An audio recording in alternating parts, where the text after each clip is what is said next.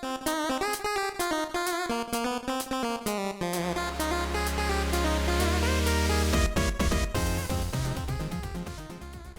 there, everybody. This is Ed, and welcome back to another edition of Bagel and Booze. We got a special episode here today for a variety of reasons. One, we're coming into Christmas, as you kind of see. We got Chris's background up. It's Monday, so why not? Also, on that, it is our 50th episode of Bagel and Booze. I guess in reality, it's not my 50th episode of doing this. If you want to throw in the beers and bots and the beers and cookies and the other ones I did before I really got to Bagel and Booze, it's our 69. Nice. A little hard to believe that it's been just over 2 years of recording these episodes, and well, here we are. And for today's episode, like I said, we got special, and to commemorate, I don't know, lack of a better term, we don't got just one beer review. We've got two for you today. It's Christmas on Monday. What's Santa like? He likes cookies. Well, I guess he likes beer too. Milk. Cookies are better. So, being a fat guy myself who likes cookies and beer, what we have is two cookie brews that are going to battle it out today. So, it'll be interesting. We don't have two real disparate things, but they fit in with two different type of cookie stouts. So, before we get into the first beer review, make sure you click on that subscribe button so you can stay up to date for the latest beer reviews. Maybe a little the more you know moment. We'll get back to those in the new year once we get out of the holiday rush season of trying to get beer reviews in, mixed in with holiday shopping, wrapping, and everything else. Let's get the first one up and on the beer can and get this party started. So for the first of the two cookie stouts that are going to be battling out, we are going to Cleveland, Ohio. Good tie into Christmas movie, Christmas story. We're not here to talk about Christmas movies. We're here to drink Christmas beer, holiday beer, whatever.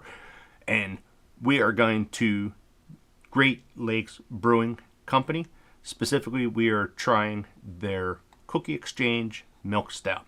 This is a brand new beer out from Great Lakes. What they're going to do with this Cookie Exchange is they're going to rotate out flavors each year for this very first inaugural edition. What the flavor that they've chosen, it is caramel vanilla shortbread.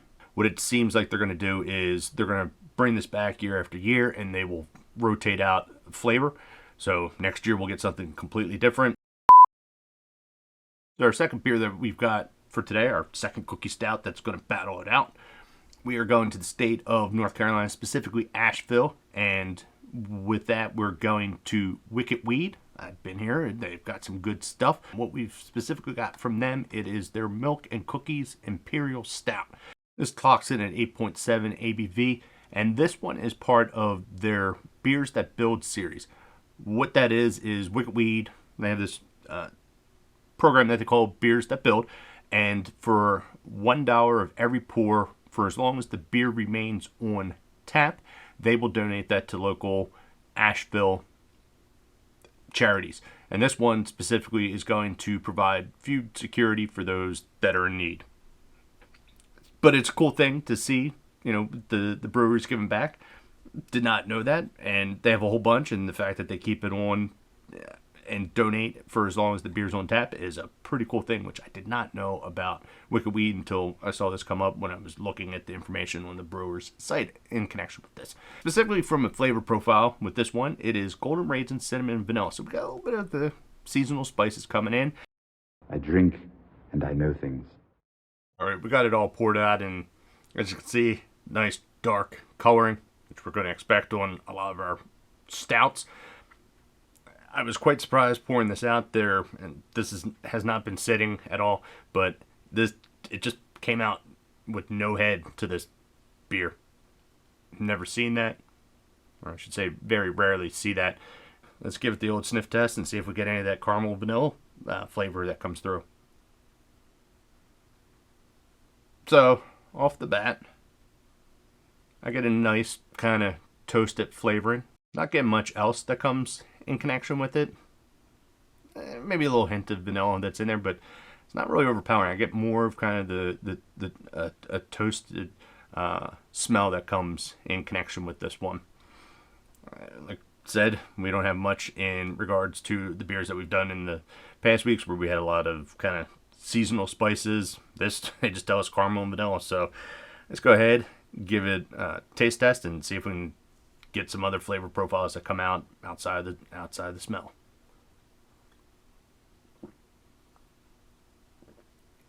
Not getting any real overtones of the, I guess a little bit.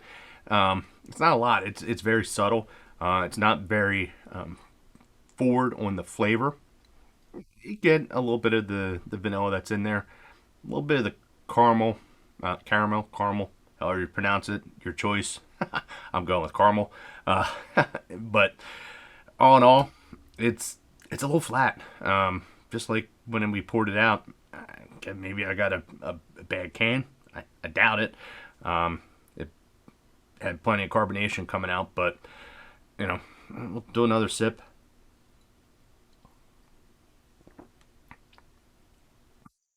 As we said, we do kind of second sip. The initial kind of taste test doesn't always reveal out all the flavors. We kind of get a second or third tasting to really start to bring that stuff out. And with this one, I'm just not getting a lot that comes off of it.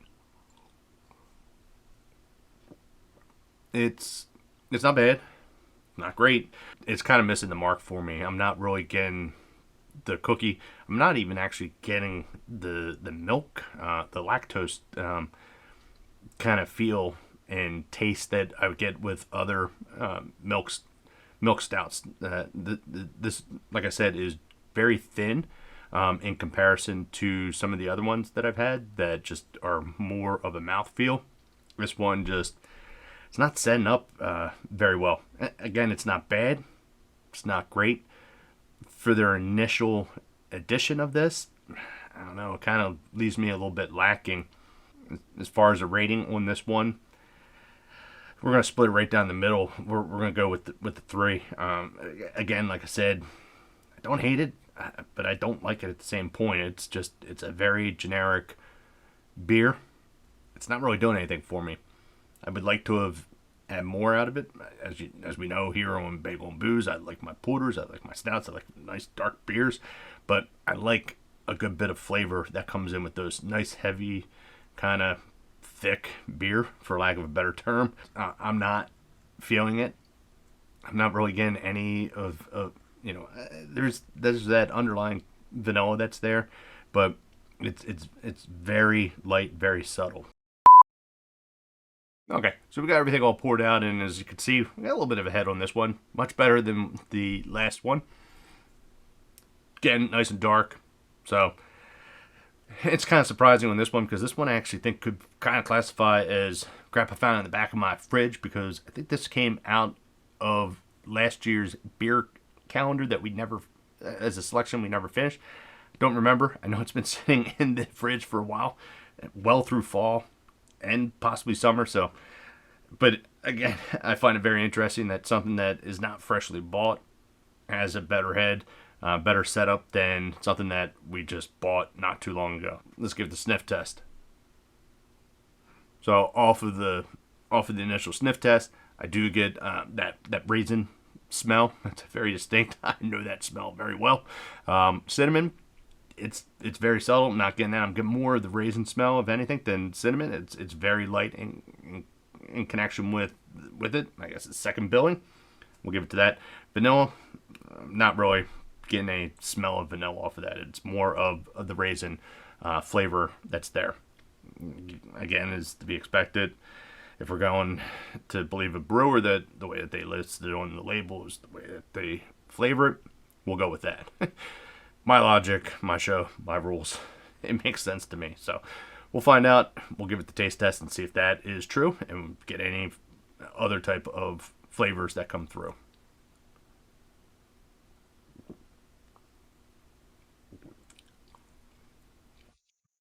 This one definitely is a world of difference from the last one. It is not a thin beer. I'm getting a bit of different flavoring. We'll take another quick swig because I'm trying to identify. Definitely get the raisin that's in there. Vanilla I'm getting. Very little cinnamon, not much. And I get that, I get the lactose kind of feel. I know this is not Milk Stout, but I'm getting that in this one. It's a little bit more creamy than the last one. The cookie exchange was very thin. This one is a little more full bodied, which is great. Not much is changing. The flavor profile is definitely kind of staying the same. The raisin is there. A little more on the cinnamon, not a lot. And there's not much that comes in off of the back feel. As we've had with other beers of recent, where we kind of get a different flavor profile that hits us after the swallow. This one we don't get that. It stays very balanced. The rating for this one, we're gonna go with a 4. It's a good solid beer. Not finding really anything wrong with this. It's a good flavor profile. It's in comparison to the other, it's definitely a more rich beer, for lack of a better term. It does very well. Raisin is definitely a different flavor profile than I've had ever before. I don't even think I can remember having that in a beer. This is probably the first time that I've ever had raisins, so I think maybe that's what's keeping me from giving it a 5. If it's something, say if we had like, I don't know, cherry or chocolate or something else like that, more common, it probably would be a 5. But I think just the raisin may be a little offsetting. But 'tis the season, oatmeal raisin cookies, that would be the closest thing. Love me some oatmeal raisin cookies. And this one does very well, for invoking the Christmas season.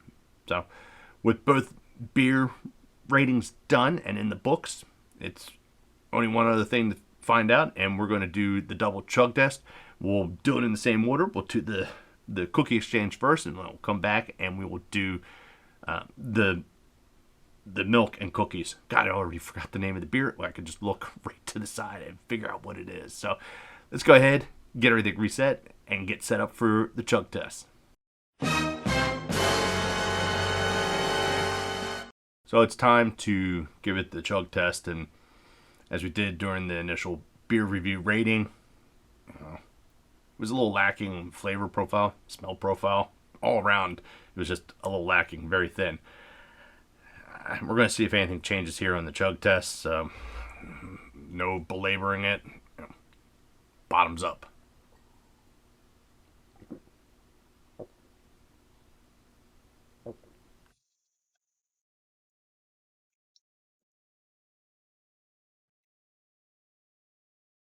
It's mostly chuggable. I couldn't get down to the very end.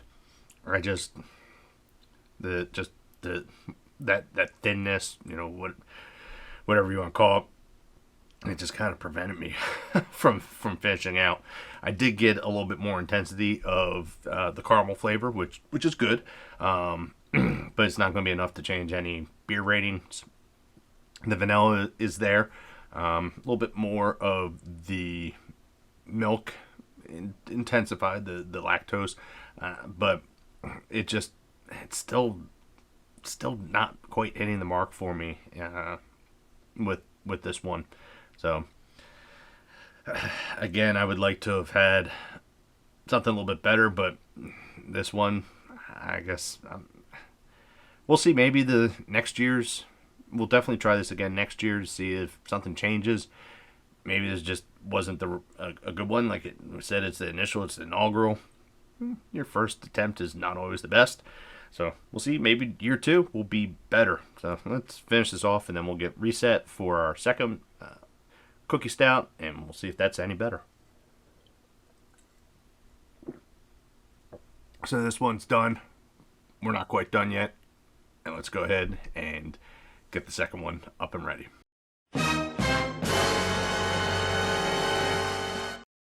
So we're ready for the second chug test. It's going to be interesting to see if any of as I always say, see if any of the flavor profiles change. I'm quite interested to see if this raisin flavoring really intensifies. I do like raisins. Might be too much. I have no idea. Last one was mostly chuggable. Didn't quite get the end. Again, it was part of that flavor thinness. I don't know what it was, but we're gonna find out if this one does any better. So, without any further ado, bottoms up.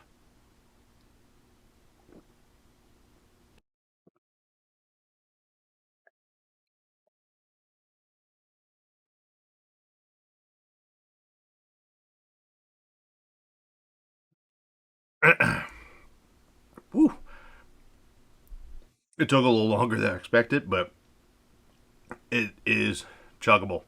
Um, well, I do get a very intense profile coming through. The raisin has kicked up a lot.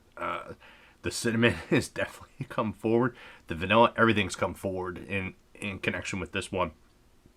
It is, I think, also because it was a little heavier in my mind, my opinion, made it a little more difficult to kind of chug. It just wasn't just straight, slam and be done. Took a little bit to finish it out, but it is chuggable. Just as with the rating was better than the other one, this one obviously sets up a lot better in connection with that. So it was kind of cool to do the comparison between the two and see which one came out on top. And in this case, we're going to give the edge to Milk and Cookies all around, just from the smell, the flavor, the mouthfeel, even the chuggability.